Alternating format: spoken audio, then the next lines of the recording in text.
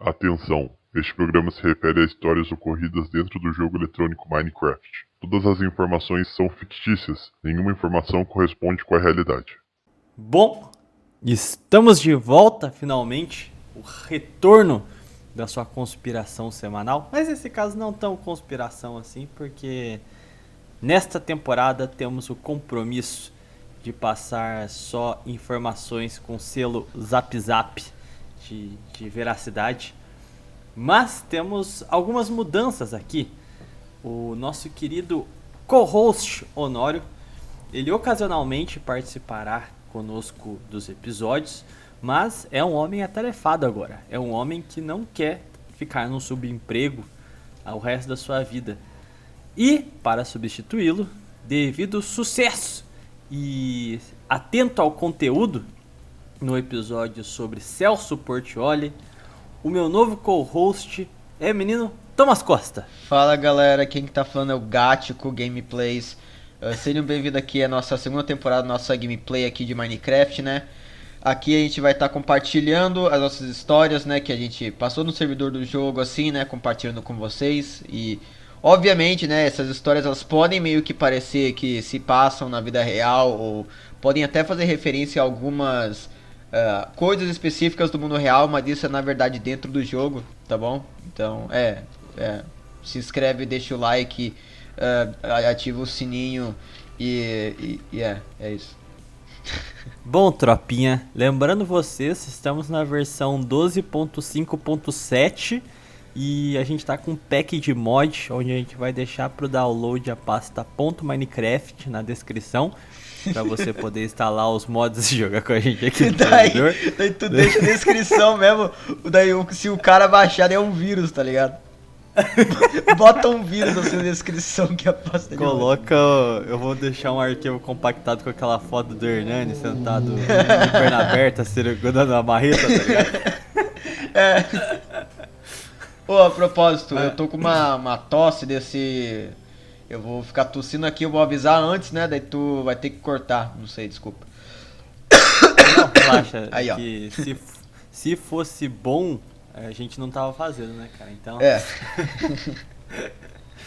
Mas bom, pra gente poder introduzir aqui no ouvinte a segunda temporada do Historias do Minecraft em um novo nível, Jorge. Você assistiu o trailer dessa segunda temporada, cara? Pior que não, mano.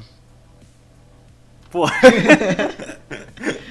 eu passei umas 4, 5 horas editando, pensei, cara, eu vou fazer o trailer mais épico da minha vida. Aí eu peguei só a musiquinha do Venom Extreme e coloquei Villager Dancing. E fiquei pegando um monte de vídeo de Villager dançando. Ah, meu Deus. Mas bom, o que rolou de lá pra cá? Como você, ouvinte do NVP Cultural, muito bem sabe, no nosso meio tempo aí nós introduzimos no ouvinte o Prosa Agora. E bom, sobre o Honório, como eu disse, vou convidá-lo para participar conforme a agenda dele possibilitar. Mas caso você queira ter contato com o menino Honório também, ele tá comprometido aí, ele falou que vai fazer um projetinho a qual ele vai estar fazendo lives pro clube de membros lá do Prosa Nova Imperial. Então, ocasionalmente ele também mostra que não tá vivo lá no Prosa Nova. E bom, você acha importante fazer alguma apresentação agora nesse começo, Thomas? Bem, acho que sim, né? Porque boa parte da galera aqui... Não boa parte, né? A maioria já assistiu, mas vai que tem gente que só assiste o Historinhas do Minecraft, então...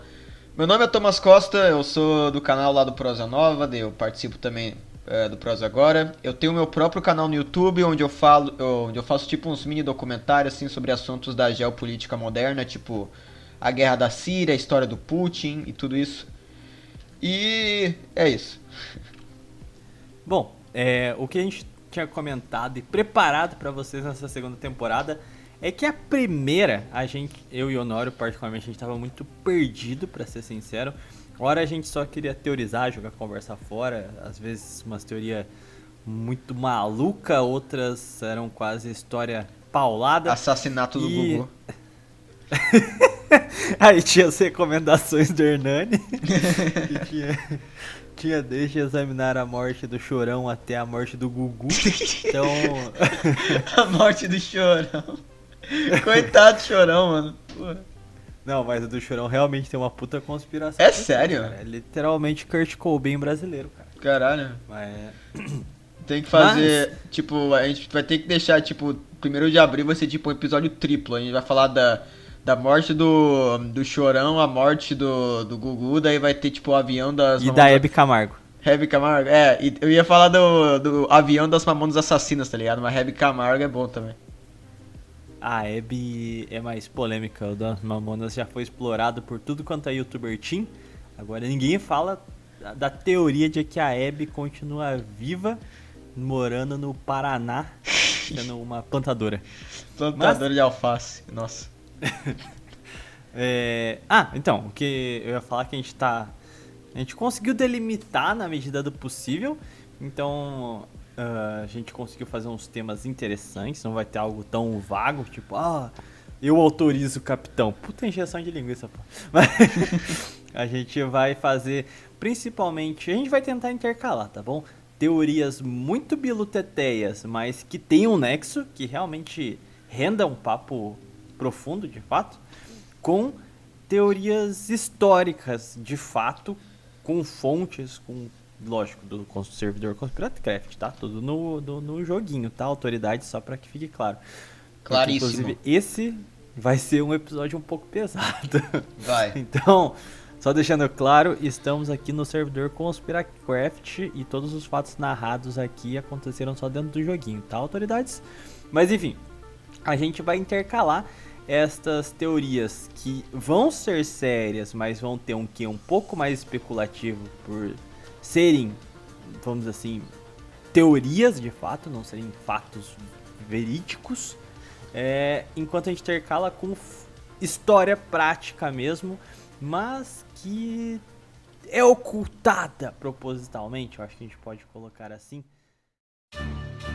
Sejam bem-vindos ao servidor Conspiracraft. A Terra cyberespacial onde tudo é possível. Onde Happy tudo é do possível. Minecraft, happy do Conspirações são reais. Minecraft, happy do No Minecraft. Minecraft. Historinhas do Minecraft. Eu acho que a gente pode colocar assim. Sobre o que a gente vai discorrer nessa segunda temporada, quer fazer alguma apresentação antes de a gente ir pro tema? Apresentação nenhuma, acho que eu já... Sobre mim mesmo ou sobre o quê? Não, sobre o tema. Não sei se O tema? ficou faltando alguma coisa. Mano, eu comecei... Eita porra! Mano, eu comecei a estudar sobre esse tema. Mano, que bagulho depressivo, velho. Pô, é um negócio tipo meio depressivo, meio engraçado, meio... Sei lá... Tipo, é uma montanha-russa de emoções estudar, tipo, que a gente pegou como base, né, pra esse assunto a História Secreta do Brasil, do Gustavo Barroso. E é uma Gustavo Craft, cara. Gustavo Craft, isso, é que tipo, a gente chama ele de Barroso, assim, né, mas é que o nome dele é Gustavo Craft, enfim. Só pra deixar claro pras autoridades, o Gustavo Craft, ele fica num bioma lamacento, a qual ele abriu uma biblioteca, a qual você pode enfeitiçar os seus itens para você ficar com espada encantada. Então tem um monte de livros lá na casa dele aqui no server. E Barroso é por causa que isso, tem barro, assim, que é tipo num pântano, né, o bioma do pântano lá. Entendeu? Exatamente, só esclarecendo aí, às vezes tem algum perdido, né? Não vai confundir com história da vida real, né? Mano, pô... Então, o Gustavo Craft, ele foi... Então, pra você fazer os livros do Minecraft, você precisa de cana-de-açúcar, né? Daí, pra você conseguir cana-de-açúcar, você tem que plantar, ele tem que esperar, dar água, né? Daí, ele não quis fazer isso, né? Então ele foi pegar com outras pessoas. Daí ele foi perceber que as pessoas que estavam vendendo cana-de-açúcar pra ele, né? Pra ele fazer os livros de encantamento, era tipo umas pessoas assim meio estranha, assim, tipo, com o nick engraçado, assim, o nariz, a skin com o nariz, a skin com o nariz meio avantajado, assim, tá ligado? Daí ele começou, tipo, a pensar, tá ligado? Ele começou a falar pra gente, assim, no chat, daí a gente vai fazer esse podcast aqui, né? Recomendação do assunto foi dele. E bom, o assunto em si será sobre Brasil colonial, mais especificamente sobre o ciclo do pau-brasil, lembrando do bioma tropical aqui do server, e também do ciclo da cana-de-açúcar, também ligada com o server. Mas de toda forma, só para ficar claro, a gente utilizou este livro como base, e eu acho interessante alguns fatos complementares que podem auxiliar em compreender essa época tão primitiva do servidor, porque senão pode ficar um pouco descontextualizado. Mas, para a gente irritar o ouvinte e para a gente não ir direto ao tema, Thomas, você tem fatos interessantes da sua semana? Mano, eu peguei uma doença e é isso. Porra, você tá trabalhando doente? Só essa... Eu trabalhei doente, mano. Mano, esse foi o pico da minha semana, tá ligado? Sei lá. É que não sei, mano. Sei lá, não tenho muito pra falar, sei lá, sou meio chato. Porra, você não vê web animes, web jogos, coisas legais, só você fala. Maneiro. Mano, eu vi aquela selfie lá que o Mark Zuckerberg postou do Horizon Worlds, que é tipo... Você viu tipo o escândalo do Meta que tá passando agora? Não, eu não acompanhei nada. Então, basicamente, o Facebook, ele mudou o nome da empresa pra Meta. Daí eles estão querendo criar o metaverso. O que é o metaverso? É essa ideia de que eles vão, tipo, querer fazer, tipo, o ato de você sair de casa e trabalhar e interagir com as pessoas num processo totalmente digital, em realidade virtual. Daí o Facebook, agora que se chama Meta, ele fez um headset de realidade virtual. Daí eles fizeram esse jogo chamado Horizon Worlds, que é pra esse headset. E é tipo um VR chat mesmo, só que tipo leproso. Tipo, é um negócio muito corporativo, assim, tá ligado? Não tem personalidade nenhuma.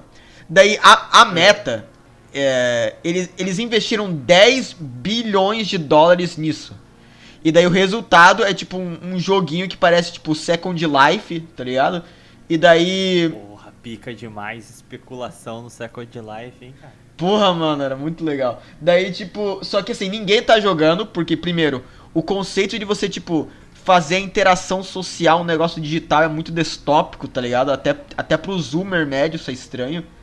Daí, a propriedade nesse jogo que você vai ter é tudo NFT. Daí as NFTs têm a sua própria controvérsia. Daí, e assim, quem que vai gastar dinheiro com um headset de realidade virtual, tá ligado? Daí, se você for ver o preço do... Como é que fala? Do mercado de ações do Facebook, que agora se chama Meta. Mano, despencou. Eles perderam, tipo, muito dinheiro com isso, tá ligado? E o Mark Zuckerberg é a única pessoa na empresa que tá realmente querendo continuar com essa história de realidade virtual. E daí o maluco me postou uma selfie lá do avatar dele no mundinho lá do Horizon Worlds. Tava tudo vazio o fundo, tá ligado? Daí atrás dele tinha tipo uma torre Eiffel, tipo todo... Tipo com uns 3 polígonos, tá ligado? Parece um daqueles assets que você acha assim, tipo em jogo indie, tá ligado? Daí todo mundo começou a zoar do cara. Daí deu isso. Bom, aproveite este momento, porque hoje o Goin dá risada e daqui 10 anos a gente tá com nossa mente sequestrada e perdendo a nossa carapaça, a nossa matéria, a qual o Demiurgo nos aprisionou, e estaremos reféns da casta alta. Então aproveite para rir agora, porque daqui 15 anos seu único meio de ganhar dinheiro vai ser vendendo sua mente, cara. Legal. Mas... bom, pelo menos você tem conhecimento de alguma polêmica interessante. Eu ia contar que essa semana eu tô vendo o animezinho que é um cara que é um isekai ao contrário. Tipo, o cara é um rei demônio e ele tava conquistando o mundo dele lá. Só que em dada altura a igreja consegue não a igreja católica, o mundo dele lá. Consegue contrapor ele e aí ele vai ser derrotado e ele acaba vindo pro mundo humano. Só que aí ele lá, que é um demônio fodão, vem pra cá e começa a entender a dinâmica do mundo humano e ele começa a trampar no McDonald's. Então a história do anime é ele como o rei demônio tendo que trabalhar no McDonald's para sustentar os seus outros servos enquanto eles pensam uma forma de conseguir dominar o mundo e voltar pro antigo deles. Aí só é top show. Ah, a sinopse Mas é legal mesmo. O grande fun fact é que o anime saiu em 2013, se não me falha a memória, Caraca. e a segunda temporada saiu só hoje, tá ligado? Caraca! 2022. Nossa, mano, série assim que eu tô assistindo, eu só tô reassistindo Breaking Bad, mano. Já assistiu Breaking Bad? Não, isso que eu falo, nunca assisti. Meu pai que gosta. Mano, tem que assistir muito, cara. Tu sabe o que é a série? Mais ou menos? Não, eu sei, a sinopse eu tô ligado, só nunca, sei lá, é difícil assistir séries, né? Mano, mas é muito bom, cara, é muito bom, assiste. Tem o Breaking Bad e tem a sequência do Breaking Bad, que é o Better Call Saul, que dizem que é ainda melhor, tá ligado? Aham. Então, eu só tenho problema com o tempo, porque, putz, no meu tempo vago eu assisto animes.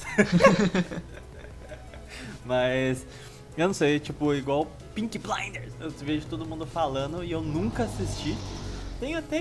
Não, mas é que assim, Peaky Blinders, tá ligado? assim, Peaky Blinders, Stranger Things, esses showzinhos assim na Netflix, assim, da semana, realmente, tá ligado? É tipo um negócio mais assim que é mais direcionado a adolescentezinho, da Netflix, não sei o que, mas Breaking Bad é mais... não é dessa galerinha, tá ligado? É mais abrangente o público. E tipo, a série foi lançada acho que tipo 9, 8 anos atrás, daí ainda tem a sequência da série que tá saindo, daí tipo as pessoas ainda estão falando dela, tá ligado? Não é tipo uma sériezinha da semana, tá ligado? Sim, sim. E não sei, mas eu nunca vi ninguém reclamando de lacrada nela, então aparentemente ela tá safe disso, né? Não, lacragem nem tem, mano. Não é série tipo... É que quando ela foi lançada nem tinha esse papo assim de ideologia, tipo, não tem nada assim. Só tem tipo um personagem lá que ele faz tipo uma piada que pode ser interpretada tipo como racista, tá ligado? Mas é só isso. Ah, então ainda é uma boa piada. Mas a piada lá é que o personagem é um policial, eles vão prender um cara, eles ficam apostando qual que vai ser a etnia do cara, tipo, se ele vai ser hispânico, se ele vai ser branco. Daí tipo, uma aposta que ele é branco por causa do nome dele, outra aposta que ele vai ser hispânico por causa que a área é hispânica, daí o cara acaba sendo tipo um japa. Um japa chamado Emílio, mas é isso. É a globalização, meus amigos. Realmente, cara. Mas, enfim, vamos pro tema então? Já vai ter os ouvintes que tá botando nos comentários. Ah, o episódio começa esse negócio aqui, tá ligado? Começa aqui, tempo tal, mas tudo bem. Tem sempre o Homem das Cavernas nos comentários do História do Minecraft colocando começa aqui, ele coloca 0,1 segundo. Mas, bom, a nossa história de hoje vai remontar ao século 8, em 711, quando os mouros, marroquinos, islâmicos, muçulmanos, árabes invadem a Península Ibérica, botando fim ao reino visigótico. E, para quem não sabe, os visigotos, eles eram uma tribo germânica convertidas ao cristianismo, inicialmente ao arianismo e depois ao catolicismo. Eita, meus gatos brigando aqui. Ao catolicismo formal. E bom, eles tinham uma certa rigidez moral, a qual eles dividiam, criavam cisões sociais de fato, em especial a alguns habitantes do server que já estavam ali antes mesmo deles. Estes habitantes dos servers, eles faziam trocas comerciais em troca de como é que é o nome? Esmeraldas. Exatamente. Esmeralda, isso. Rupis. Tô com um Zelda na cabeça. E dizem as más línguas de que eram muito careiros ou tinham um tato fora do normal para o comércio. Pois bem, devido à convivência não muito pacífica entre esses clãs no server, estes villagers meio que armaram a entrada destes indivíduos do sul. Eles basicamente, devido aos atritos com os visigotos, foram ao norte da região Africa Craft e estabeleceram relações políticas e econômicas com estes mouros que lá viviam, enquanto alguns ainda permaneciam na península a qual estamos retratando aqui. Então, Caraca, eu quando não sabia os disso mouros- não, mano. Cara, Sério? tá me dizendo que os villagers apoiaram a conquista dos mouros do norte da África? Tipo assim, os visigodos, eles vão criar os guetos, né, para separar a população. Os visigodos eram tão, vamos dizer assim, estratificados que eles criavam quase que guetos para as populações romanas, outras para as tribos germânicas, outras só para os Nossa. villagers, né? Será que... E graças... Ah. Pode falar, pode falar.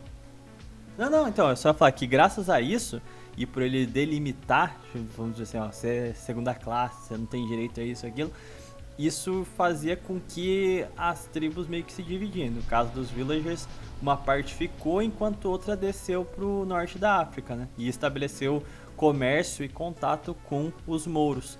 E aí, eles mantêm contato com os que ficaram na península, e quando vai haver a invasão, não só a invasão foi sugestionada por esses comerciantes, como também foi alertada que a invasão aconteceria, e é por isso que os mouros avançaram tão rápidos, porque os peninsulares, diante do aviso dos seus irmãos que estavam no norte da África, abriram todos os portões e facilitaram a entrada Caraca, moura. mano.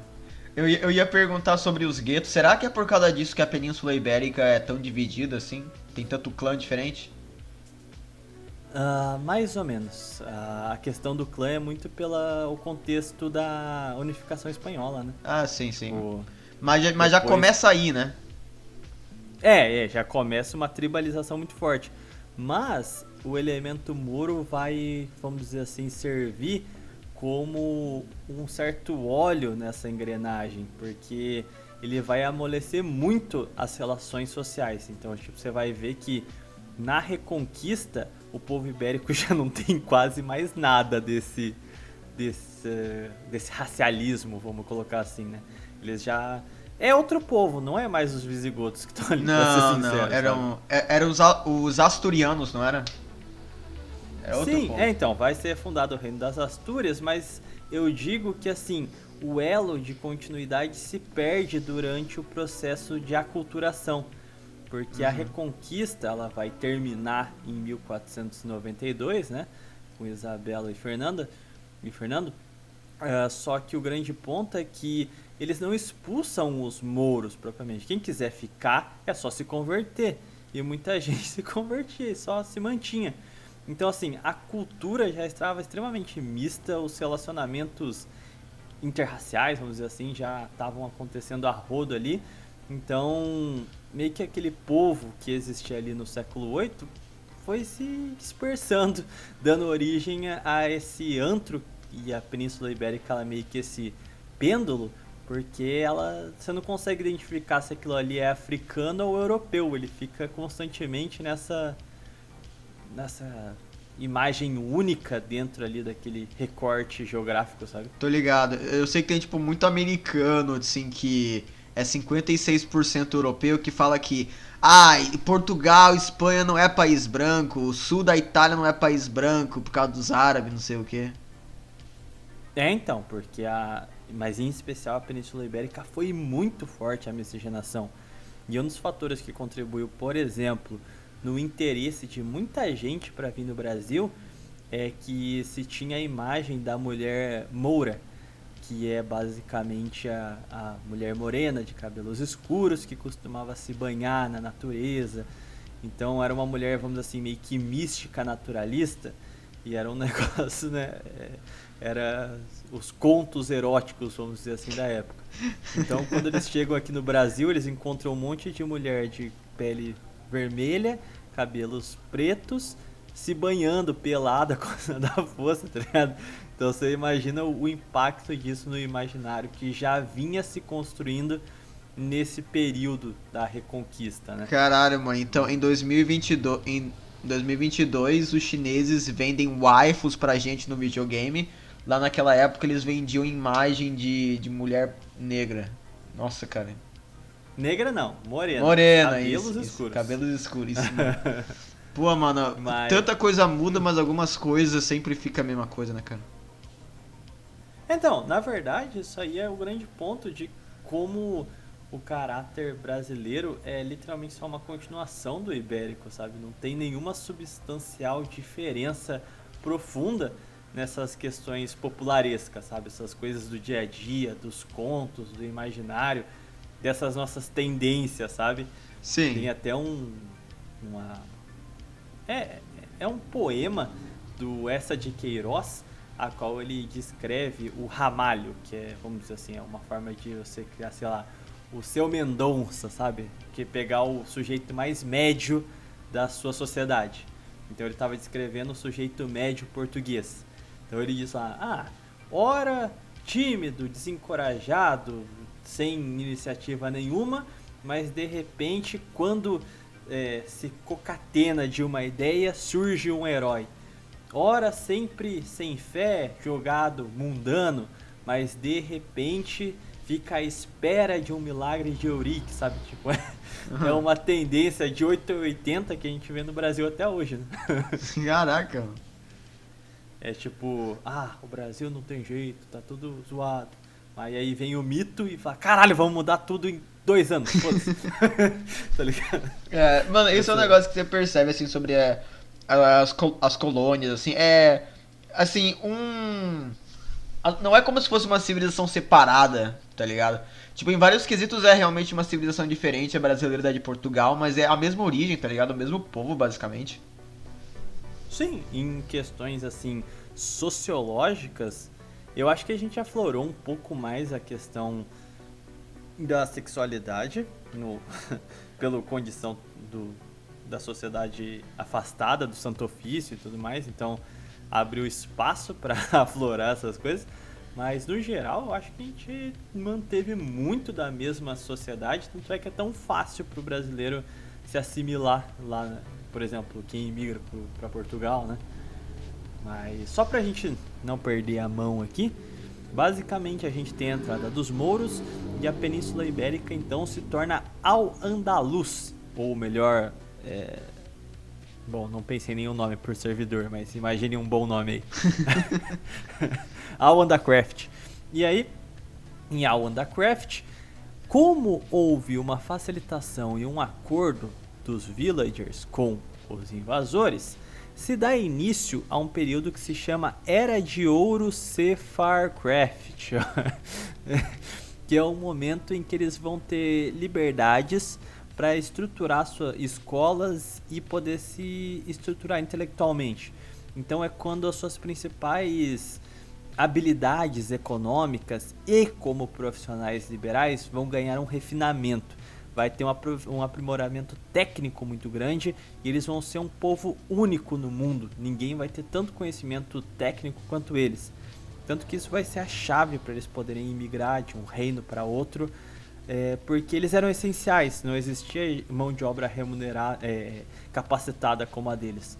Então, nessa era de ouro, inclusive, é um pseudo-renascentismo, porque todas as ideias racionalistas e humanistas que a gente vai ver na Renascença já existiam ali na Península Ibérica nesse período e, inclusive, muitas dessas ideias vão propagar, vão sair dali e ir para o resto da Europa, que aí cria o fenômeno da Renascença. Não que a Renascença seja na sua totalidade obra deles, mas se percebe um vanguardismo nesse sentido ali. Esta Era de Ouro vai mais ou menos de 800 até 1650, por volta.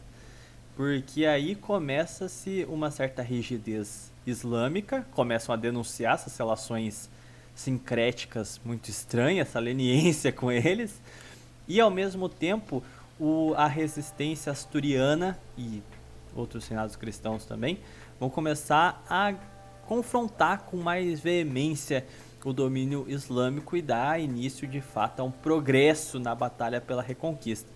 Vai durar mais 2 séculos, né? Só vai ser finalizado em 1492, mas a partir de 1200 já se intensifica bastante o combate. O grande ponto é que, quando os exércitos cristãos começam a se mostrar superiores militarmente e vão conquistando mais e mais espaço, e os islâmicos vão se radicalizando, meio que levantando suspeitas sobre esses seus parceiros, o que acontece é que eles mudam de lado.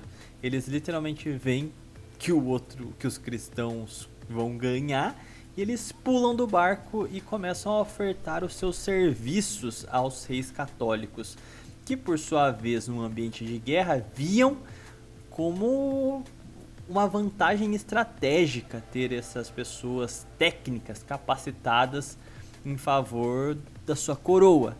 Só que, lógico, ele não percebeu que, assim como ele foi traído em 700, o sujeito está traindo de novo, dessa vez, o seu inimigo. Então, assim, não era difícil de deduzir o que aconteceria ao você se aliar com esses grupos, né? Mas em uma certa soberba, ele vai fazendo esses laços pragmáticos e eles vão mudando de lado de novo. O grande ponto é que, graças à luta pela reconquista e por essa necessidade bélica, Portugal, muito antes do término da reconquista, vai fundar o seu estado com o milagre de Eurique, que vai vencer os islâmicos com a aparição de Cristo ao infante, a qual ele ganha legitimidade e se torna rei, se consagra rei mediante a promessa de espalhar o evangelho. Então Portugal é o primeiro estado moderno da Europa. E quando a gente chega no final do século XV, entrando no XVI, Portugal é o país, e a Península Ibérica, acho que a gente pode generalizar aqui, já tem uma estrutura estatal que até então não era conhecida. Então, as navegações vão ser um conjunto de fatores. Primeiro ponto, investimento público. Um estado que tem dinheiro para investir. Isso não existia na época. Outro ponto, parceria com os órgãos privados. Gente que tinha dinheiro para financiar essa empreitada. Em terceiro ponto, você precisava de academias para formar os seus homens com a técnica. E ao mesmo ponto que você precisava ter bons comerciantes do seu lado, para que você saiba as rotas marítimas, você tenha um intérprete para falar a língua dos povos que você vai alcançar, que saiba, conheça as especiarias. E que povo melhor para isso do que um que vive pulando de uma região para outra no mundo inteiro, conhece quase todas as culturas de até então. Então, assim, os villagers eram muito requisitados nesse sentido por serem especialistas. E vale lembrar também, com a queda de Constantinopla, o Mare Nostrum, aquele mar italiano, né, aquele mar europeu, é bloqueado. Mediterrâneo. Isso, perdão, tava fugindo da palavra. O mar Mediterrâneo estava tomado pelos turcos e era necessário encontrar um novo caminho para as Índias. E aí o empreendimento ibérico de tentar ultrapassar o Cabo das Tormentas, dobrar o Cabo das Tormentas para chegar nas Índias. Que em partes é dessa empreitada que vai acabar encontrando o Brasil, né?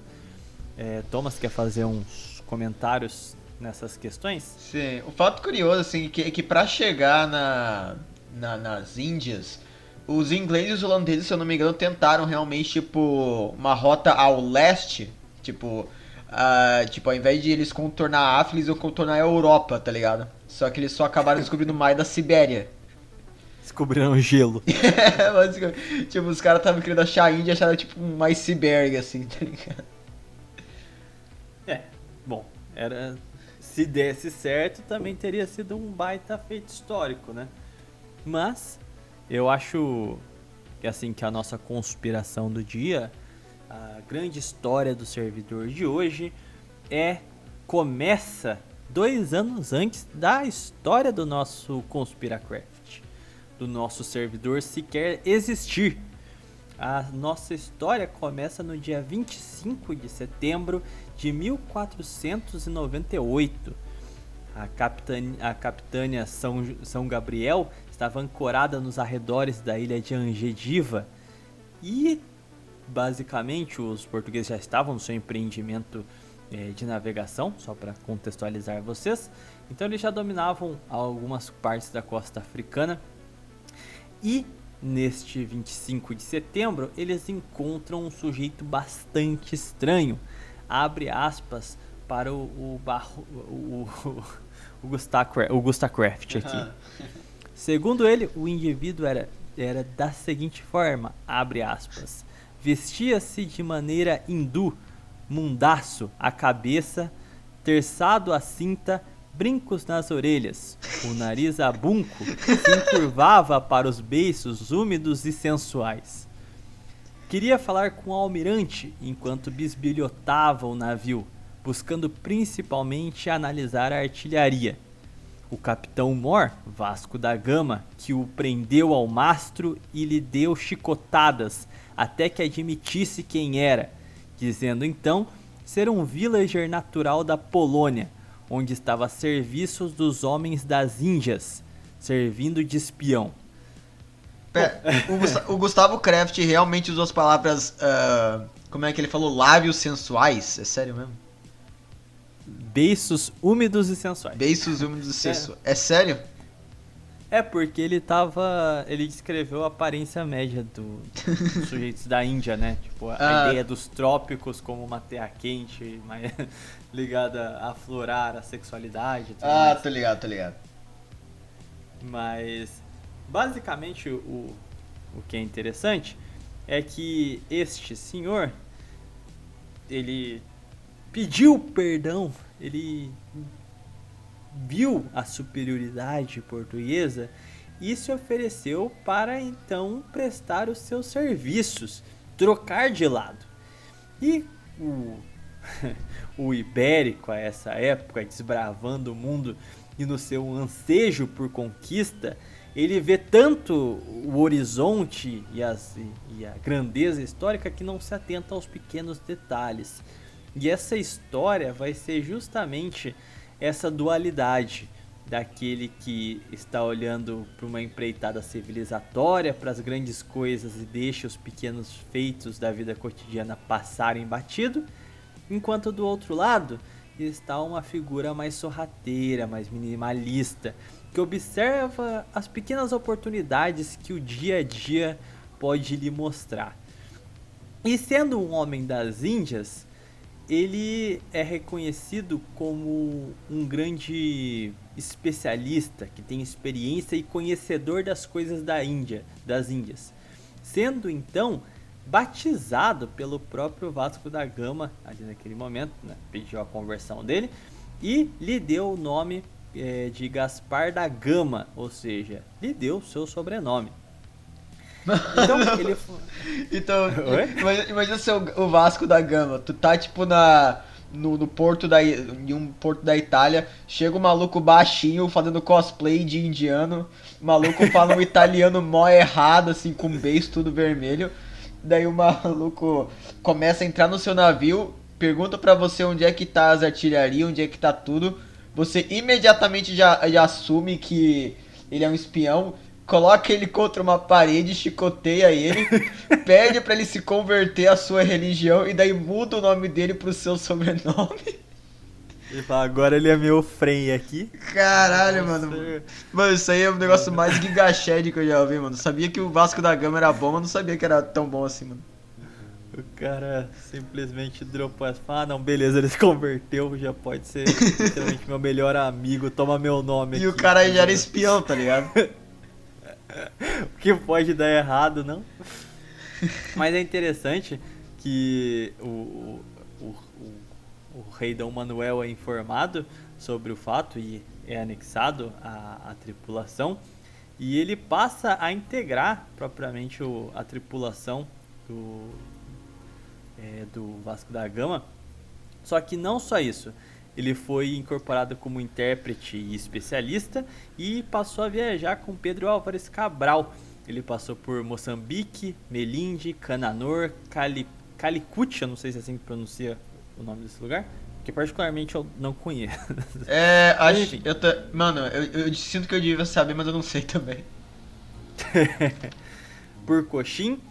E o grande ponto é que o nosso mais novo da gama, nem tão da gama assim, ele está presente no primeiro contato, no famoso encontro que é descrito na Carta de Descobrimento do Brasil, na Carta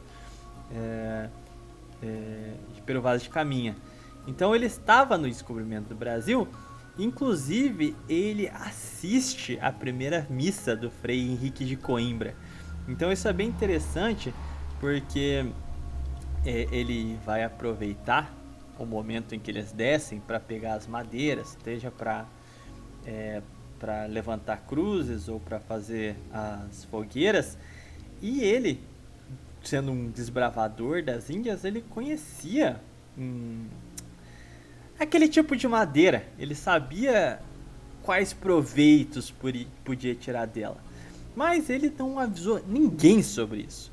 E o grande ponto é que ele se mostrou interessado no desbravamento das Índias, e o rei Dom Manuel acabou na corte conhecendo o nosso senhor Gaspar da Gama, a qual ele virou meio que um querido, vamos dizer assim, a ponto dele poder ser reconhecido como voz de autoridade nos conselhos dos capitães Mor, ou seja, na mais alta cúpula dentre os navegadores portugueses. O maluco então, que é espião.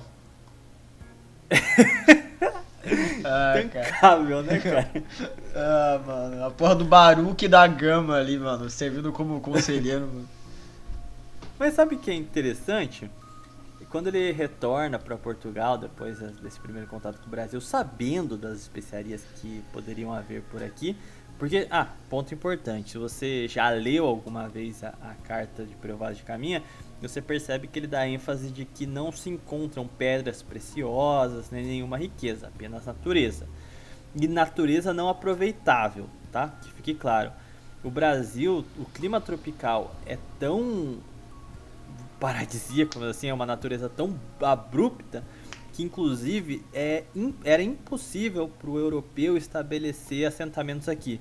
Os rios não eram adequados para a agricultura, as cheias matavam o gado, o que impossibilitava criações. Era literalmente impossível de você domesticar isso aqui. Em outras palavras, era intancável. Exatamente. Os caras desceram aqui e falaram, intancável isso aqui, foda-se. Mas, quando ele, sabendo do que encontrou aqui em 1500 e tendo essa posição de destaque, sendo meio que um acolhido de Dom Manuel e participando do conselho, ele nesse período abandona o nome da Gama e é dado com honras, ele se batiza, né, se convertendo, mas enfim, ele assume o nome Dom Francisco de Almeida. E assim, é interessante porque nesse período também ele vai se casar e você percebe a conversão dele tão profunda, tão legítima, que ele se casa com uma villager que era reconhecidamente talmudista, praticante. E ele chega a influenciar Francisco Pinheiro, que era filho de um carregador da corte, que era uma função mais administrativa. Ele era filho de um influente nobre da corte chamado Martim Pinheiro. E ele influencia esse Francisco Pinheiro, que é o filho do Martim, a passar a vender bíblias hebraicas. Se você não sabe o que é isso é após o casamento. Então eu não sei o quão disso é influenciado pela esposa também, que era abertamente praticante, né? Uhum. Mas bíblias hebraicas basicamente são bíblias que só contam o Primeiro Testamento e retirando as questões cristãs. Caraca, mano. E assim, subentende-se que nem sempre eles avisavam que era uma Bíblia reformulada, né? Mas bom, eu vou dar um ênfase aqui um pouquinho maior na questão, agora que a gente já tem uma biografia, para a gente entender que fim tomou o ex da Gama, agora Almeida. Foi no dia 28 de abril que o Cabral desceu as terras tupiniquins pela primeira vez e corta as árvores, e o Gaspar ele acompanha essa primeira descida ao Brasil, e ele descobre o pau-brasil basicamente, e tendo essa posição no Conselho dos Capitães-Mor, não avisou o rei nem ninguém. Mas estranhamente informações circulam sobre as especiarias dessas novas terras dentro de círculos de cristãos novos. Ou seja, ele não avisou o rei, não avisou a coroa a qual ele se subordina, mas aparentemente entre os seus friends ele comunicou. Entre os seus friends, né? No caso, a galerinha da Bíblia hebraica aí. Exatamente. E se percebe justamente, eu citei o caso da Bíblia hebraica e a esposa dele, o fato dela ser talmudista, o que fica bem escancarado de que em nenhum momento ele tentou se assimilar. Ele fortaleceu a comunidade em Portugal, como também não aderiu a se casar com o Goin, né? Então, ele ainda manteve as suas tradições religiosas e étnicas. Pô, Então, mano, esse é um fator. não acredito que não deu certo, mano. O Vasco da Gama fez tudo aquilo por ele, mano, e o cara mesmo assim não... Nossa. História de ingratidão, amigo! Mano. Manda por Nani Carreira. O maluco traz um polonês judeu pro Brasil. Cara, o Vasco da Gama. Não foi o Vasco que trouxe pro Brasil, mas vocês me entendem, né? Ele teve uma carreira Levou depois pra disso. Portugal. Abriu, lançou foi pra Portugal. pro estrelato. Isso. Mas, aí tem uma coisa muito interessante. Continuando as explorações, a primeiro momento o Brasil não ganha muita atenção da coroa portuguesa. Só vai ter vai ganhar uma atenção maior a partir dos ataques estrangeiros às nossas terras, que vai se dar na década de 30 do século XVI, ou seja, 1530, que vai começar, né, as possessões de Sesmarias e a divisão das capitanias hereditárias. Mas, pois bem, quem ficava para os lados de cá e a quem interessava não notificar Vossa Majestade o potencial destas terras? Pois bem, vejamos a quem interessava manter este ar de terras inférteis, sem riquezas e sem qualquer ganho por parte da coroa. Em 24 de junho de 1503, também dia de São João, os navegadores portugueses que estavam cá nos trópicos, eles encontram um arquipélago de ilhas que possuíam areia branca. E, em homenagem ao dia que eles descobriram aquele arquipélago, eles batizam de Ilhas de São João. Pois bem, nada é notificado ao rei do que foi encontrado ali, mas se sabe que se tinha mais aquelas madeiras a qual o nosso ex da Gama, recém-Almeida, havia achado algum interesse. Mas veja que estranho, as concessões de Sesmaria, ou seja, o Estado português concedia as terras a um fidalgo e falava, você tem tanto tempo aí para você conseguir produzir nessa terra. Se você conseguir produzir e desenvolver ela, é sua. Isso eram as capitanias hereditárias. Quase 30 anos antes das primeiras terras a Sesmarias a serem concedidas pela coroa aos plebeus, fugiu o nome certo agora de quem serve a coroa, mas enfim, os servos da coroa, no dia 24 de janeiro de 1504, como eu disse, antes de qualquer capitania hereditária, qualquer separação no regime de Sesmarias, a ilha de São João são dadas a um cristão novo que estava habitando o nosso querido Brasil. Especificamente, lógico, sendo concedida a ele essas ilhas, este homem é Fernão de Noronha. E adivinha que ilhas são essas? Pois veja bem, Fernão de Noronha, estranhamente e cristão novo, ele faz riqueza de forma pioneira com a extração do pau-brasil. Como será que ele sabia reconhecer aquela árvore? Como será que ele tinha uma rede de contatos com a qual ele conseguiria já vir preparado para, de forma tão ágil, extrair o pau-brasil, descobrir o potencial dele, já ter todo o interposto comercial prontinho para fazer estas vendas? Estranhos quando a gente para pensar que as comunidades ibéricas tinham uma rede de contato interna a qual se comunicavam lá alguns fatos, não? É muito estranho que o cara já sabia extrair o pau. Desculpa, eu não podia deixar de fazer essa piada, mano. Mas eles fazem isso logo no nascimento. Né? Mas aí, só pra recapitular um pouquinho pro ouvinte, cristão novo, o que é cristão novo? É o cristão, entre aspas, que antes pertencia a um certo grupo étnico-religioso que a gente chama de villager. No servidor. Exatamente. Também você pode encontrar a nomenclatura marranos. Também era outra forma de se referir a esses recém-conversos. Ou, em teoria, conversos. Em teoria. Mas o interessante é que a gente estuda na escola o ciclo do pau-brasil, como a gente desmatou o Brasil, a costa, e como Portugal fez dinheiro pra caramba com isso.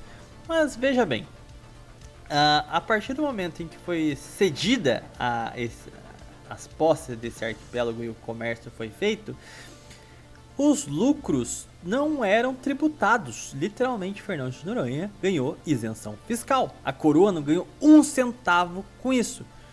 Então chegavam nos portos europeus e não pagavam imposto nenhum. E veja só que estranho.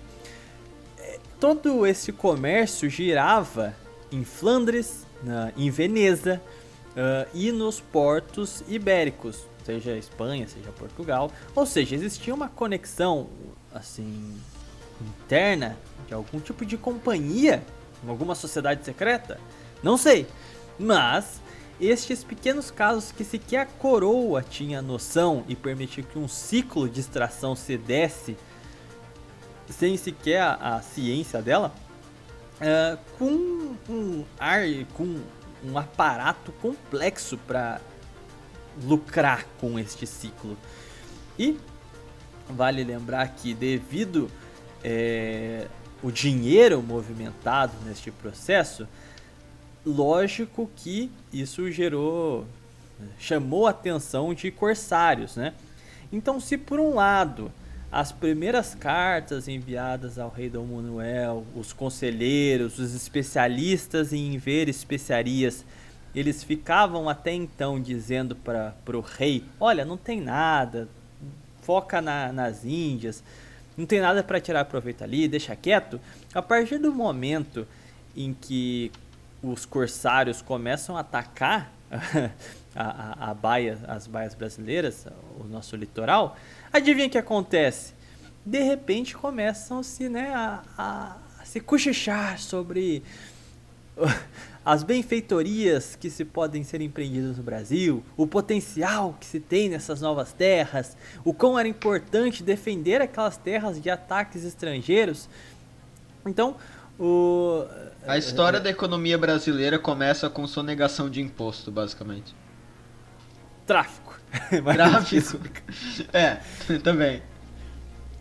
Então, perceba, a colonização portuguesa só vai começar a ter um aparato aqui, não porque ela é mau caráter e queria só explorar as coisas aqui, não, porque ela nem estava explorando as coisas aqui, mas porque foi um erro dos seis católicos nesse sentido de confiar nos seus técnicos, porque sugestionados aos palpites que circulavam nas cortes, eles mudavam o direcionamento da sua expansão. Então, a princípio não tinha nada, então nem se fez uma segunda revisão. E depois estes mesmos conselheiros, vendo os seus negócios, o seu tráfico ameaçado, começa a sussurrar, dar sugestões, seus palpites na corte. E veja só que engraçado. A partir daí, então, a gente vai ter a elaboração do regime de Sesmaria. Então vão ser concedidas terras mediante o trabalho e o desenvolvimento da civilização. E como eu disse, os trópicos são um clima que os europeus não tinham ciência de como trabalhava aqui. Então é uma empreitada única na história da humanidade até então. Não se tinha nenhuma técnica, nenhum método para você aprender. Então os portugueses que vinham tinham que desenvolver tudo do zero. Literalmente aprender com os nativos. O que explica, por exemplo, no norte, a mestiçagem com os indígenas ter sido mais forte no sentido de realmente assumirem famílias, enfim, enquanto em São Paulo, uma terra mais desbravadora, vai ter a questão da escravidão de indígenas, de relações mais bélicas, né, vamos dizer assim. Mas o grande ponto é que o regime de Sesmarias, a terra era concedida, mas o engenho não. A defesa das suas terras, não. Então você tinha que vir aqui e lutar contra um monte de tribo canibal, com um monte de bicho que você nunca viu, com enchente que você não fazia ideia que tinha, um monte de traça, um monte de bicho que foge toda a sua plantação que você nunca viu na sua vida. Então, cara, imagina que você entrou no anime Isekai e foi para outro mundo. É literalmente isso. O Brasil é um grande Isekai. Essa é a mensagem. Sabe as palavras, mano. A gente começou falando de secar e daí já completou a piada. É isso. Exatamente. Mas o grande ponto é que, além de todas essas dificuldades naturais das novas terras, você tinha ainda os ataques corsários para ajudar. Então é neste conflito que surge Araribóia, surge as alianças militares entre portugueses e nativos, os primeiros matrimônios. Então assim, vai surgindo propriamente uma raça dos trópicos, né? Justamente desse empreendimento de trabalho e de luta, essencialmente. Então essa realidade dura que vai moldar. Mas perceba, na hora de ter o serviço fácil, de só se aproveitar de um ciclo econômico dado de mão beijada, quem é que tira proveito disso?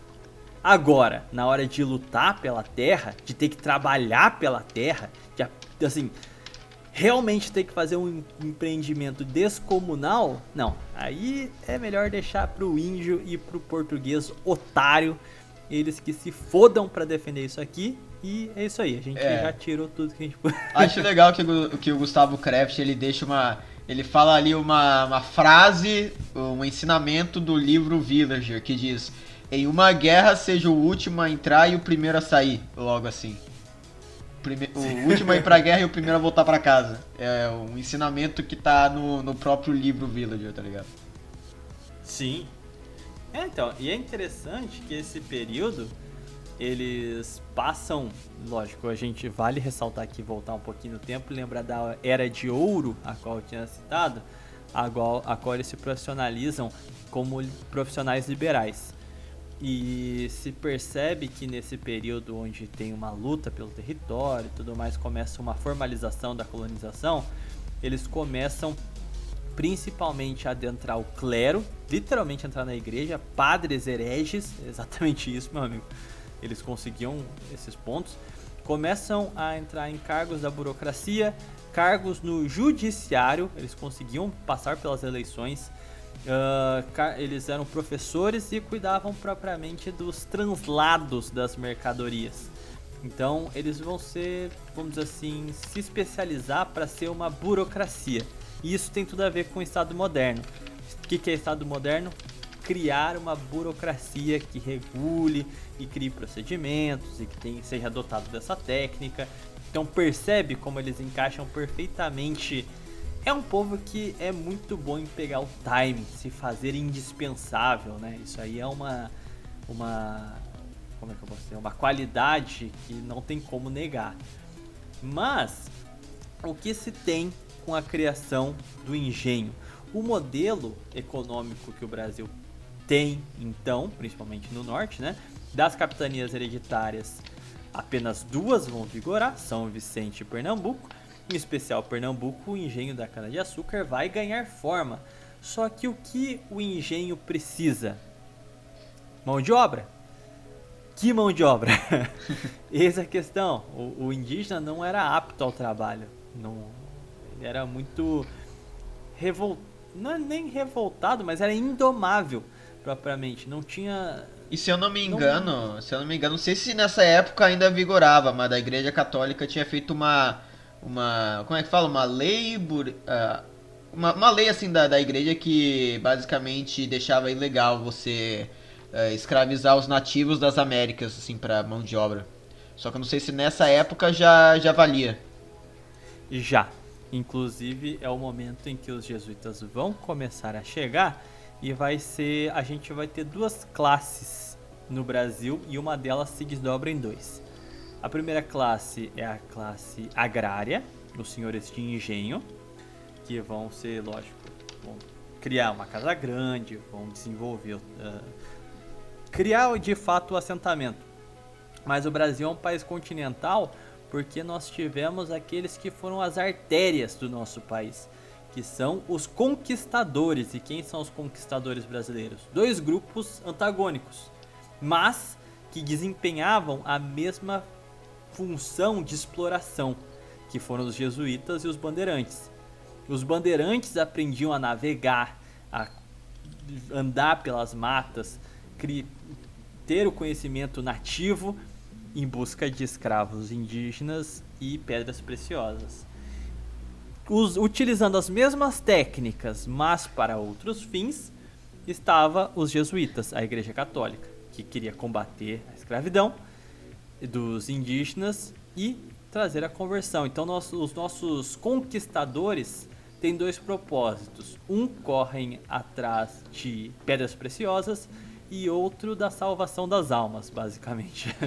São dois, e são grupos que ambos são muito importantes para a formação do nosso país, né? Mesmo sendo concorrentes, mas que tinham claramente propostas de Brasil completamente diferentes. O grande problema é que a gente vai ter a derrota jesuíta disso a partir do momento em que interessava em alguns pontos também o senhor de engenho. É aquela famosa história, o homem branco escravizou o índio, mas não pode falar qual especificamente quem eram os homens brancos que escravizavam os indígenas, né? Exatamente. E é interessante, né? Porque todas as desgraças são jogadas pra cima da igreja, como se ela legitimasse isso, mas quando você pega um outro povo de homem branco que tem entre os seus registros da sua fé a permissão de escravidão de todos aqueles que não são da tribo deles, ninguém atribui culpa nenhuma a eles. Tipo, fazer um puta malabarismo mental pra dizer que a igreja era favorável disso, sendo que ela é frontalmente contra. Agora o outro que assumia de peito aberto que era a favor da escravidão, aí ninguém pode falar nada, né? Mas, vamos lá. Então a gente tem dois cenários aqui dos cristãos novos no Brasil. Um ligado ao empreendimento técnico, burocrático, e outro se aculturando, literalmente se mestiçando em muitos casos mesmo. E aqui é importante dizer que de forma alguma ser cristão novo é testado de ele nasceu assim, amaldiçoado, qualquer coisa assim. Não faltam exemplos na nossa história de muitos que verdadeiramente se aculturaram no Brasil, outros tantos que verdadeiramente se converteram à fé católica. Então assim, não estou fazendo um julgamento de todos, tá bom? Inclusive, em proporção da nossa história, eu acredito até que aqueles que desempenharam funções maléficas sejam uma enorme minoria, mas é o que acaba indo para a história, né? Mas, de toda forma, eles vão começar a constituir quase que sociedades secretas. É muito bizarro porque essa classe mais burocrática, ela vai se coordenar para saber exatamente o que se passa, os ciclos econômicos, manter esse contato interno só entre eles, a ponto deles já terem gestos de quando coisas estavam acontecendo. O próprio Gustav Kraft, ele diz, né, que sinais, por exemplo, quando ia ter uma visita do Santo Ofício, um homem sem camisa andava no centro da rua, e isso era um sinal de que os tiras estão chegando, sabe? Eles tinham uma série de códigos internos que só eles entendiam o que estava se passando, tá ligado? Literalmente, sociedade secreta, porra. estavam conspirando pelos seus próprios interesses. Mas vale ressaltar aqui, se atenuando as inquisições na Europa continental, em especial Itália e, lógico, e Portugal e Espanha. O Brasil era visto como uma terra a qual eles podiam fugir do Santo Ofício, vinham para cá e a igreja não chegava aqui, basicamente. Na prática era bem reduzida a Inquisição, as ferramentas que se tinham para de fato aplicá-la aqui no Brasil, então vinham muitos para cá. E vale citar que nesse período a gente está tendo a Reforma Protestante. E a Holanda, os Países Baixos, estão fazendo as suas inquisições protestantes. E muitos dos villagers perseguidos da Península Ibérica se irradiam para a Holanda. Então a gente vê um cenário aí quádruplo. Alguns que permanecem na Península Ibérica como estes conselheiros em posições de destaque nos portos. Alguns em Veneza, ligado justamente à questão comercial.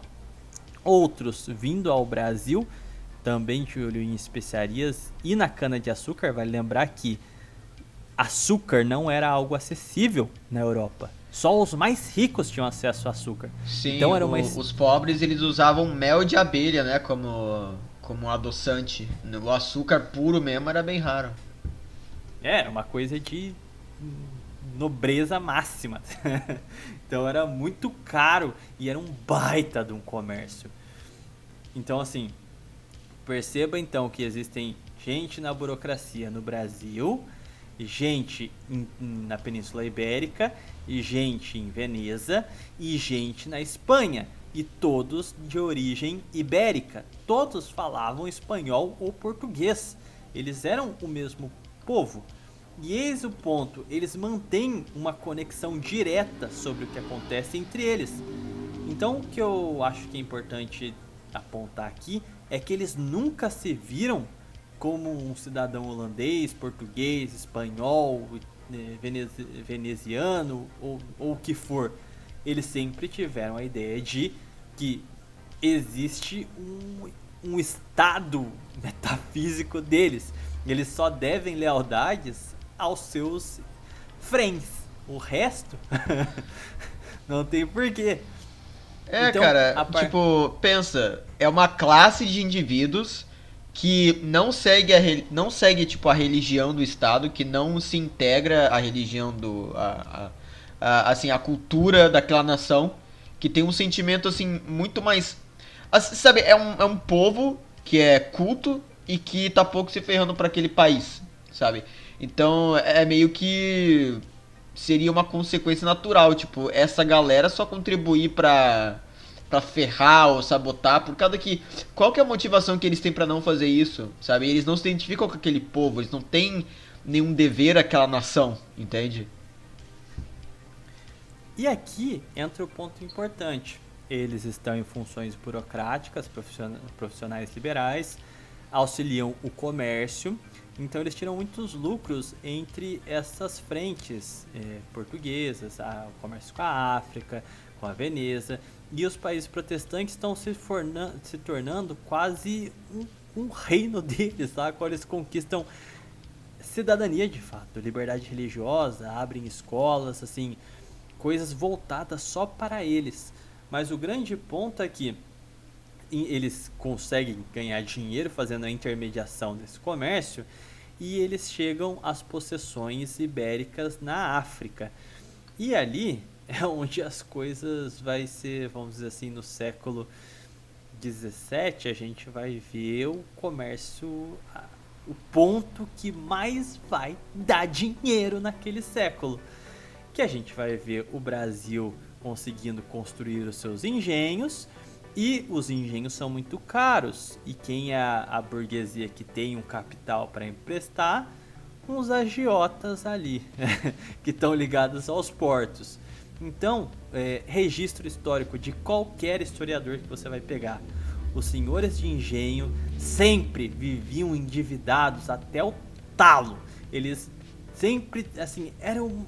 A classe rica era pobre, esse é o fato. Eles estavam sempre muito endividados, adivinha com quem eles contraíram essas dívidas? E aí entra o ponto. Qual que era a fonte de grana deles? O engenho? Mas quem que tem que trabalhar no engenho?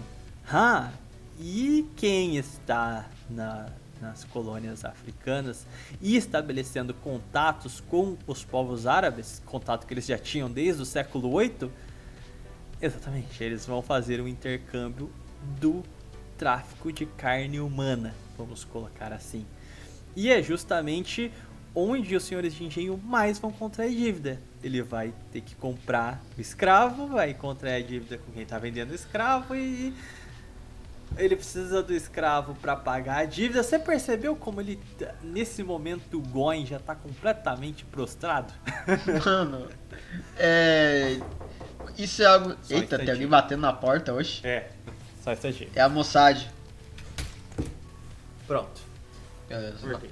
Mano, deve ser muito bom ter tipo uma mulher pra interromper a gravação, mano. Pô. Mas bom. Onde que a gente tava mesmo? Sim. O tráfico negro. Isso, o tráfico negro. Assim, meio que pela... A gente percebe, assim, pela nossa... até os dias de hoje, assim, né? Falam bastante que o trabalho é o que dignifica o homem, sabe? Existe... No catolicismo existe essa moral, assim, tipo, de você...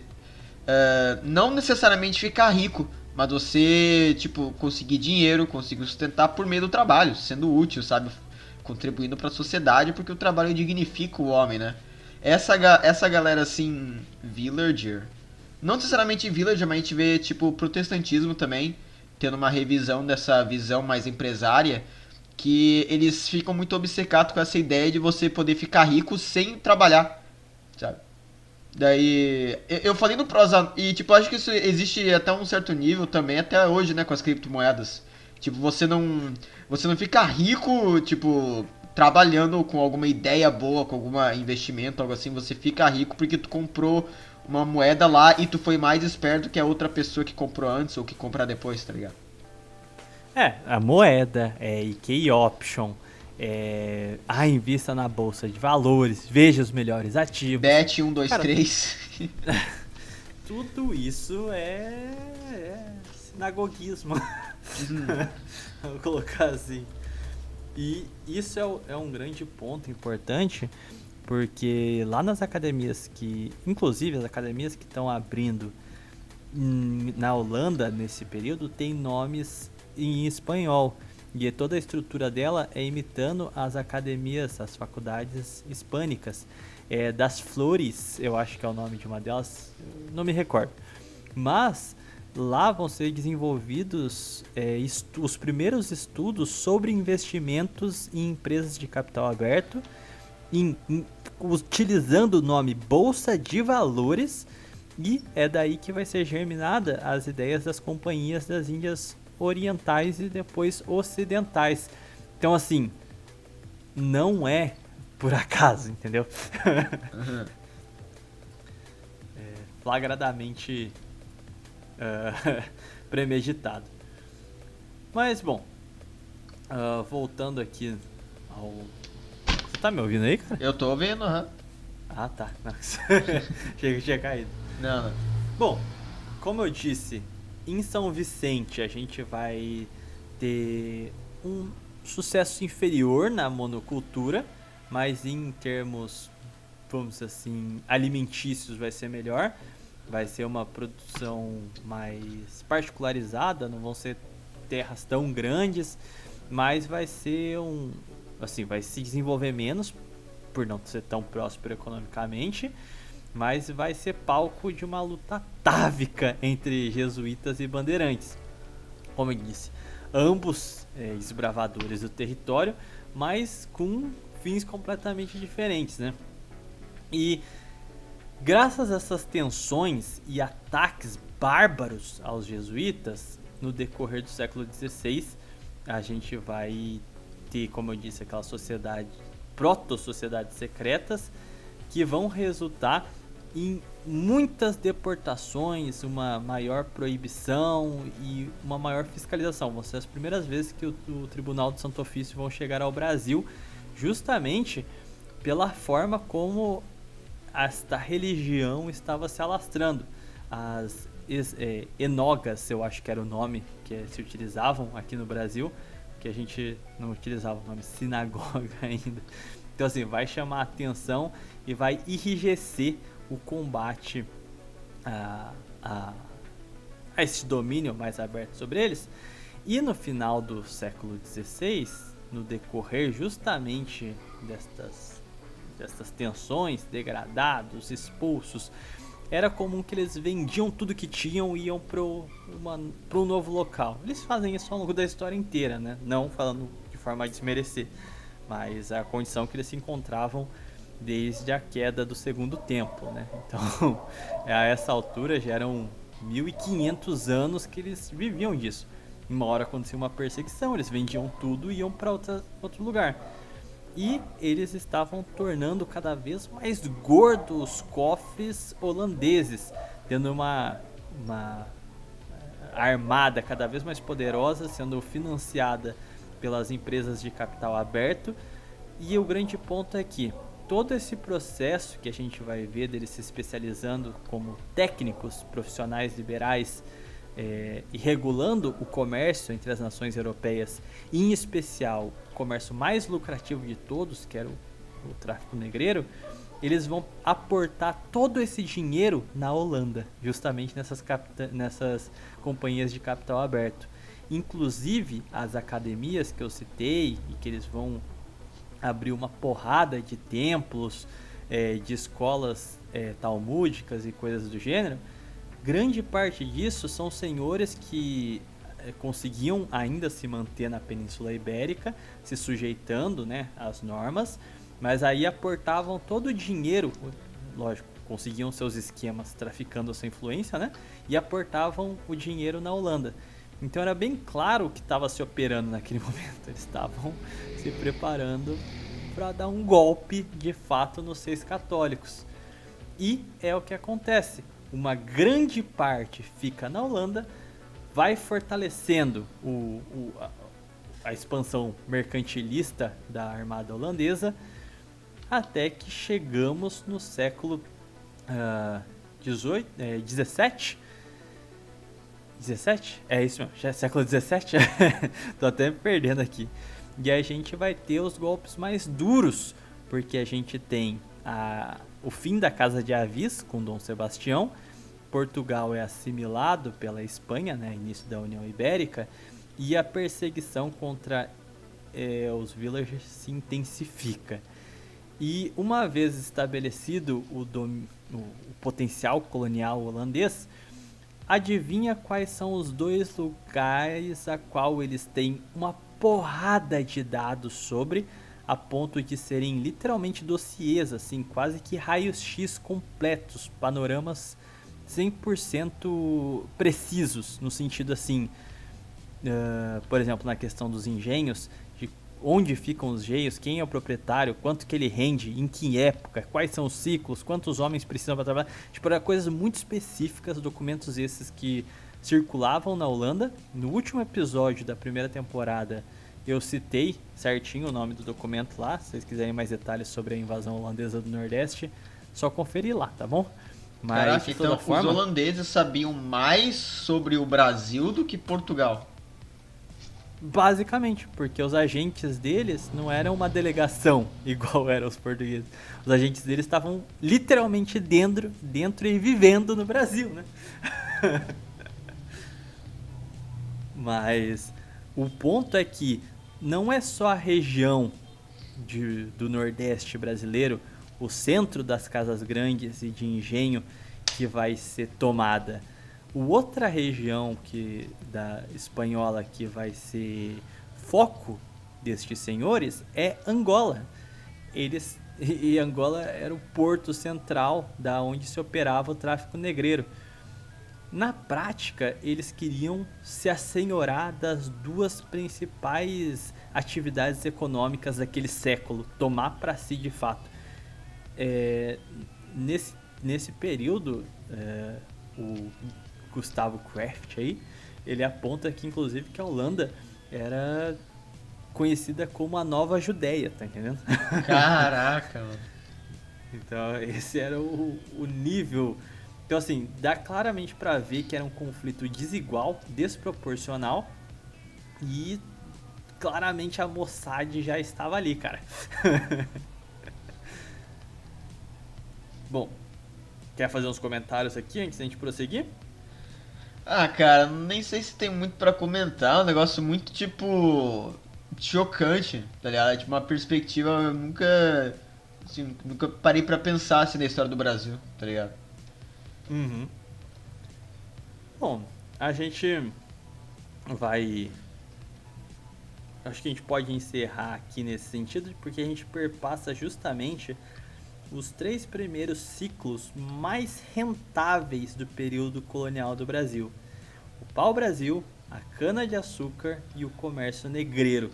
E nos 3, uma influência muito forte da qual a coroa não tirou proveito nenhum e ainda foi lesada em um nível supremo, né? Porque este momento vai desembocar na Guerra dos 30 Anos e vai ser o fim da hegemonia católica da Europa, né? Então vai ser o início da apostasia efetiva. A reforma protestante foi em campo espiritual e agora iria se efetivar em campo prático, né? Sim, mas nossa, cara, então não é nem surpresa que o Brasil, tipo, sofreu bastante, assim, com sociedade secreta, maçonaria, essas coisas, mano. Pô, olha só quem já era dono dos comércios, de tudo, que já sabia do Brasil, tá ligado? Tipo, um negócio que vai desde antes do descobrimento, isso daí. Caraca.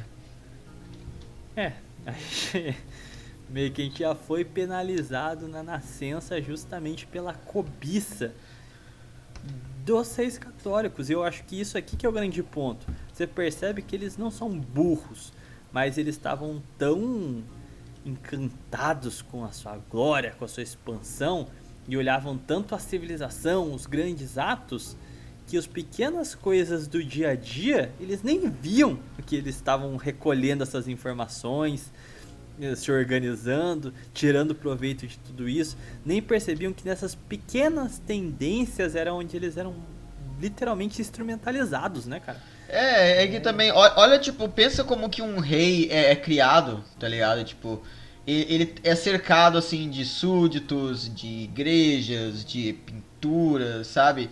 Tipo, ele vai, obviamente, ter essa tendência, assim, mais de glória, de conquista, sabe? De legado do que qualquer outra coisa, por causa que é o ambiente que ele cresce, né? Tipo, hoje em dia com a internet, a gente pelo menos tem essa habilidade de poder ver, tipo, a perspectiva de qualquer canto do mundo, sabe? Naquela época, e pela maior parte da história humana, você, tipo, baseava sua visão puramente naquilo que você experienciava cara a cara, né? Então, assim, nem dá pra culpar também eles por meio que negligenciar as colônias do Brasil, por causa que quando essa galera também, eles cresceram em um mundo onde o comércio com a Índia e a China era o centro de tudo, sabe? Um reino da Europa não era poderoso, assim, ou rico, não apenas, assim, pela sua própria mão de obra, pelo seu próprio... Não indústria, né? Mas, tipo, assim, produtos processados, essas coisas, o seu engenho, né? Mas também pela sua capacidade de poder trocar com o Oriente, né? Veneza foi um grande exemplo disso, Genoa foi um exemplo disso, os estados italianos em geral. E então essa galera assim priorizar a Índia e cair nessa bait, né, de que o Brasil não era fértil, que tinha que ficar na Índia mesmo, é muito compreensível, né, cara? E assim, uma dinâmica que eu acabei pegando do Gustav Kraft aí, eu acabei correlacionando com outro período mais recente, mas que eu acho que é o que dá um ar certamente pesado da questão, é que os senhores de engenho, eles edificavam as casas grandes depositando todo o orgulho deles ali, sabe? Então era claramente uma aristocracia quase medieval se formando ali. Então eles edificavam as casas com tudo e era quase que um patrimônio espiritual a qual ele acreditava que todos os seus descendentes viveriam ali. E se a gente parar pra pensar, é essencialmente uma história de ódio em algum certo ponto. Porque o villager, ele tava sendo escorraçado, vamos dizer assim, expulso dali. E, naturalmente, ele estava nutrindo ódio daquela sociedade ali também. E quando a gente pega os relatos de como foi a invasão, seja do Nordeste, seja da Península Ibérica, de novo, tinham pessoas lá dentro que passaram todas as coordenadas e locais, facilitaram a entrada. A invasão foi rápida, direta. Tomaram todos os engenhos perfeitamente, logo reorganizaram eles e colocaram para trabalhar de novo. Só que existiu um sadismo justamente na revanche. É descrito justamente a forma como a invasão foi utilizada para destruir o orgulho e a honra do fidalgo português, entendeu? Atacava no mais íntimo da sua moral, tá entendendo? Destruía todo o seu orgulho, cuspindo em cima de tudo aquilo que ele literalmente estava dando a vida por gerações para construir. Isso só me lembra de um outro evento em que o amigão ali, quando se rende e perde a guerra, começa a sofrer os piores crimes de guerra, assim, em cima do seu país, sabe? Bombardeios, assim, cruéis, só para exterminar o seu povo.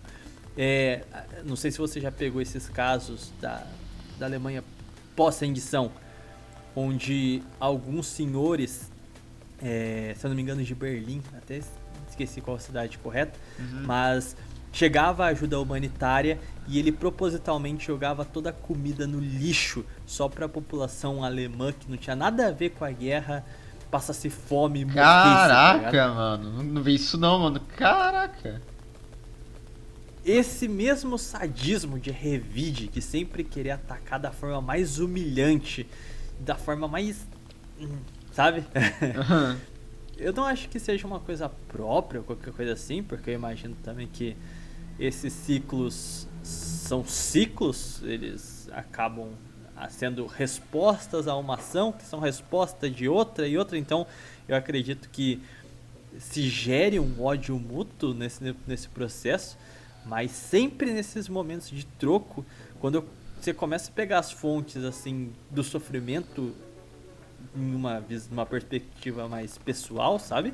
É sempre essa mesma vontade de humilhação, de tomar a mulher, de destruir aquilo que era mais os monumentos mais importantes, os símbolos, tudo aquilo que representava a honra e a moral, tá ligado? Isso aí que eu acho que isso daí a gente vê até o dia de hoje, né, cara?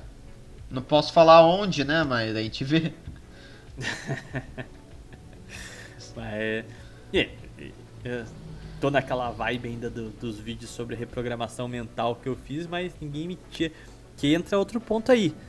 Na Holanda, junto com os estudos de ciência das finanças, eles desenvolvem os primeiros estudos sobre finanças psicológicas e estudos comportamentais. Só dropo essa, cara. O resto, deduzam como quiser. Mas bom, clima de bunda suja.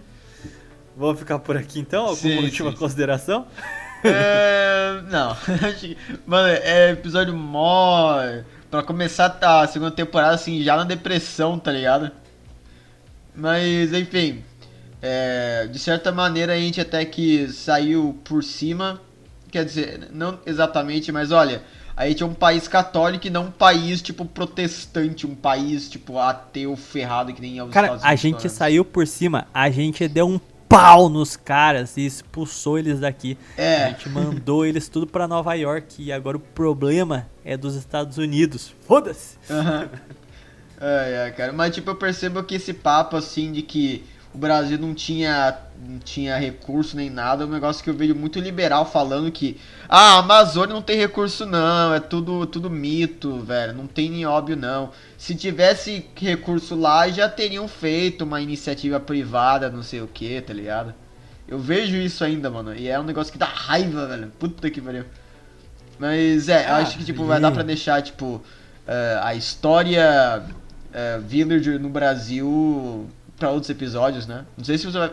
Não sei se você vai querer fazer em sequência ou se vai ser tipo um negócio mais aleatório. Não, agora vamos dar uma descontraída, pegar uns temas mais leves também, assim, mais especulativos. Assassinato do Até Gugu. pra... Mas...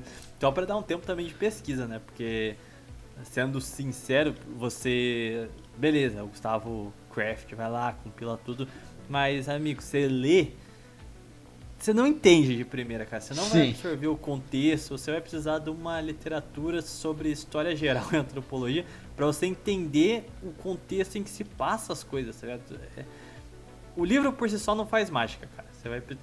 Então, esse tipo de contextualização, de conseguir analisar essa história microscópica que tá nos detalhes, aonde cada fiozinho se encontra, em que porto, em que comércio e que coisas que eles estão desenvolvendo, cara, é um trabalho muito filha da mãe de fazer.